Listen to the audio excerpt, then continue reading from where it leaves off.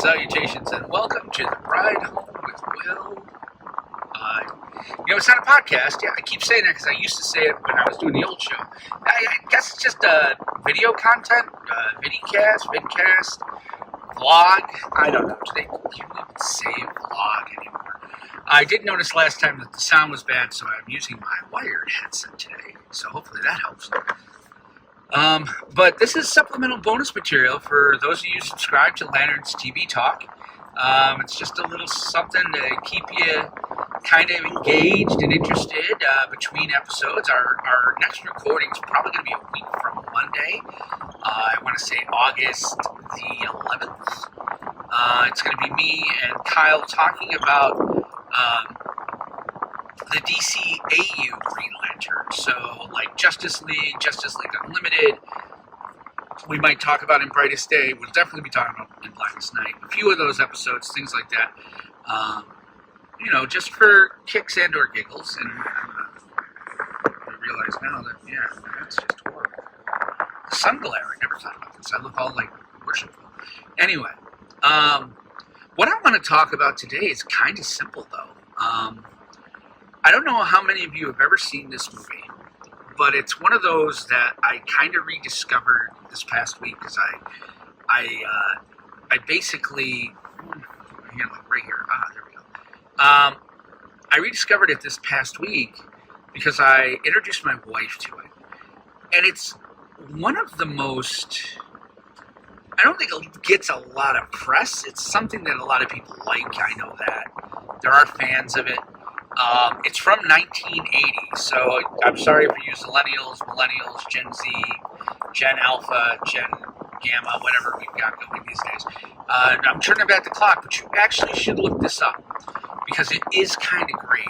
It's a movie called The Final Countdown. It stars Martin Sheen, who, yes, whenever he opens his mouth now, I'm like, Jed, playing a, civilian guy who goes on an aircraft carrier as a process specialist. Like, he's kind of doing it to kind of help them do things better in a better way, and it, obviously pisses off the military. The captain is played by Kirk Douglas, doing a very good impression of his son, Michael Douglas, because I think he's about that age now. In fact, Michael might be a little older. And he's playing the captain. And then you've got, a few other nondescript. They didn't really have a ton of experience.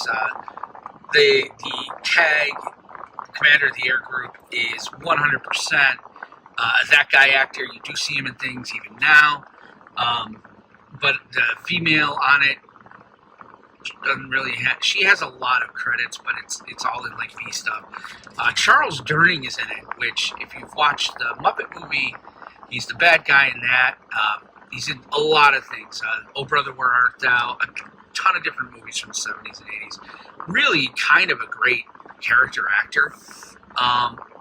And the reason I bring it up is it's one of those movies that I'm surprised has never been remade. Because it is of its time. It is obviously 1980. So the aircraft carrier is the USS Nimitz, which I don't think is in service anymore. But basically what it is that this civilian goes on this aircraft carrier. They're going out into Pearl Harbor to do some maneuvers. They're going out past Pearl Harbor. They obviously talk about the Arizona. They show the memorial and stuff. One of the guys on the boat, actually the CAG, is a historian buff. That's a really great description term. He's a historical historian. He's a historian, and he's writing a book even on Pearl Harbor, etc. He's really, into it. And Lasky, played by Sheen, is kind of this. Well, I mean, I get what he is. He's our view into the movie.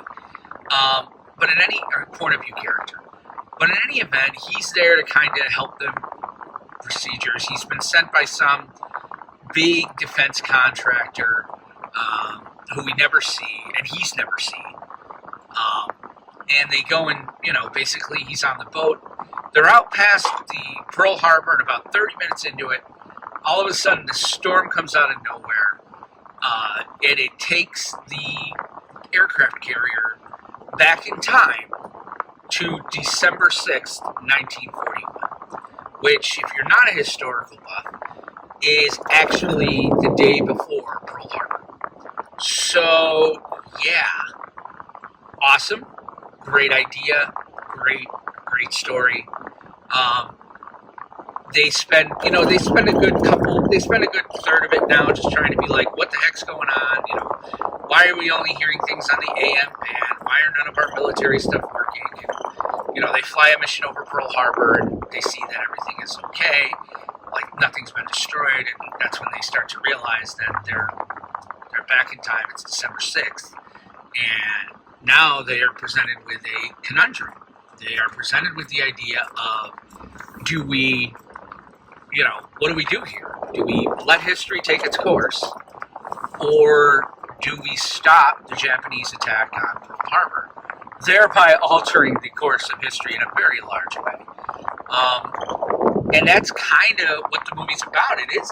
It's not an action-packed shoot 'em up. There is some action sequences and stuff. And if you're a military person, you'll love this movie because it is very, very, because it was filmed on the Nimitz, it's very much a product of that. And so my dad loves this movie because my father served on an aircraft carrier. Actually, I think it was their sister ship. He served on the America. So he always, it's one of those few times, it's one of the first memories I have. We can talk about that in a minute. But, my father viewing this was one of the first memories I have where I think I was like 10 or 11. So, it'd only been out about 3 or 4 years. I think we had just gotten HBO. And it showed up on HBO, and my father's like, Billy, you gotta sit down and watch this. And I'm like, I'm 10. I'm like, does it have a lightsaber? No. Which is the only reason, by the way, I watched the pirate movie. Because there is a lightsaber in it.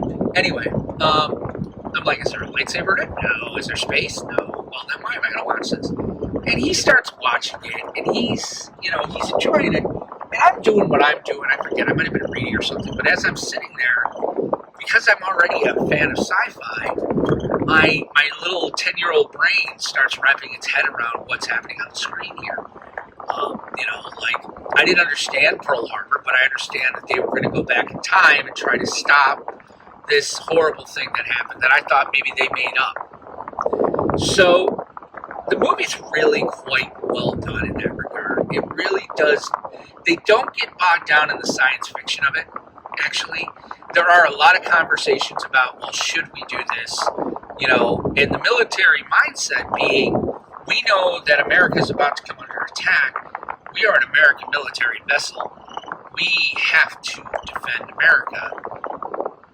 And because some people are like, well, we haven't been attacked yet, so if we go in, because they found the Japanese fleet, they're like, if we take the Japanese fleet out now, like, they haven't been attacked yet, we're actually declaring war. And, it's a lot of that type of conversation. And for me, I'm sitting there watching this, and my wife is really actually appreciating it. She thought it was going to be something completely different than it was. And she was like, she was really liking it. She was getting into the character. They brought a dog on board, so automatically she's in.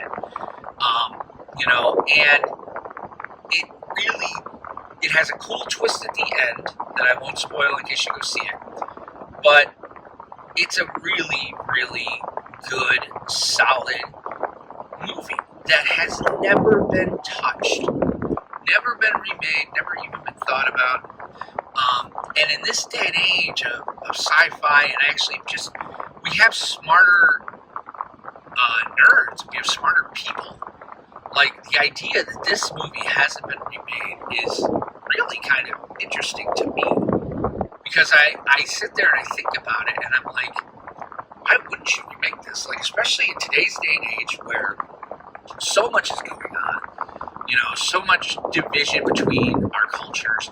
The character of Lasky being on a naval vessel, he could, obviously they dialed it back a little bit, but it's obvious he's a bit of a liberal. It's obvious that the soldiers are a bit conservative. You could dial that up a bit in today's culture and really step it up. The question becomes to me is like, okay, in 1980, we were one generation removed from Pearl Harbor, which is 40 years earlier, which, I'm going to give you guys an aside here, because this freaked me out. I'm like sitting there watching this, and I'm like, oh yeah, they mention it. They're like, yeah, this is 39 years ago. And I'm sitting there, and I'm like, realizing that I am sitting there watching a movie that is not 39 years old, but in fact 45 years old. I'm like, I am further away from this movie than they were from Pearl Harbor. Holy shit, I'm old. So there was that. But I mean, I guess the question I'd have is, if they were going to remake this, do you do Pearl Harbor? I think you have to. I thought about perhaps 9/11. Like, if they wanted to do a similar story, but this time it's 9/11, do you stop the guys from going into the plane? Stop the planes. But part of what they're talking about with this movie is that, the difference between the U.S. Navy in 1940-41 and the U.S. naval aviators from 1940 and 41, like, they were still using prop planes, all right? They were still using propellers, like, and here you go, you've got a 1980 aircraft carrier running F-14 Tomcats, Harriers, and a bunch of other, like, back then, modern jets. So you could stop that whole thing. Like, it wouldn't even, like, stopping Pearl Harbor for them would be nothing. Because there's no way, there is a scene where there's a dogfight, kind of, between the Japanese recon force and two F-14 Tomcats that were flying over a boat that was just out in the ocean experiencing the day. And the Japanese come in, and they got to destroy the boat, because the last thing they want is for them to alert, Pearl Harbor that there are Japanese planes nearby. So they have a dogfight with these guys, and I mean, it's obvious that the Japanese planes are just outmatched. And yeah, the F-14s, when they finally get the clearance to fire, are, they blow them right out. It's no contest. So that's their conundrum. They're like, we can do this, and we can stop it, and we will alter history. Like, there is no way this doesn't alter the past. And they don't get into that, because I mean, there's a small scene where Sheen talks about the paradox of it. He's like, so, if I go back and I meet my grandfather and we get into a fight and I kill my grandfather, I will never be born, so how did I go back in time? He talks about that paradox. I go the other way and be like, the ripple effects of not doing Pearl Harbor on this culture, on this society, would be impossible to ascertain. Like, America doesn't get into that war in 1941. We probably eventually still would have gotten into it. I wrote a paper on that in high school. But we wouldn't have gotten into that war right away. And, I think a lot more lives would have been lost. I think Roosevelt did it right. There are many who believe, and I'm one of them, that Roosevelt had some foreknowledge that there was going to be an attack. Whether it was Pearl Harbor, I don't think he knew where. I think they found like a list of places that could be hit, most on the West Coast, which is why, if you research it, they actually, sent nurses and a lot of civilians out of Pearl Harbor on December 6th, because they had an idea something was coming. There might even been December 5th. So, that being said, the idea, though, of how you remake this movie now, I don't know if you do it with World War II, with Pearl Harbor. I'm not sure. I'm not sure if that's the way to do it. But, I mean, if you do 9/11, it's definitely a smaller scale movie. It turns less into, we know we can stop these people. We know that this is something that can happen. The difference between 2025 and 2001, technology is not very large, other than cell phones.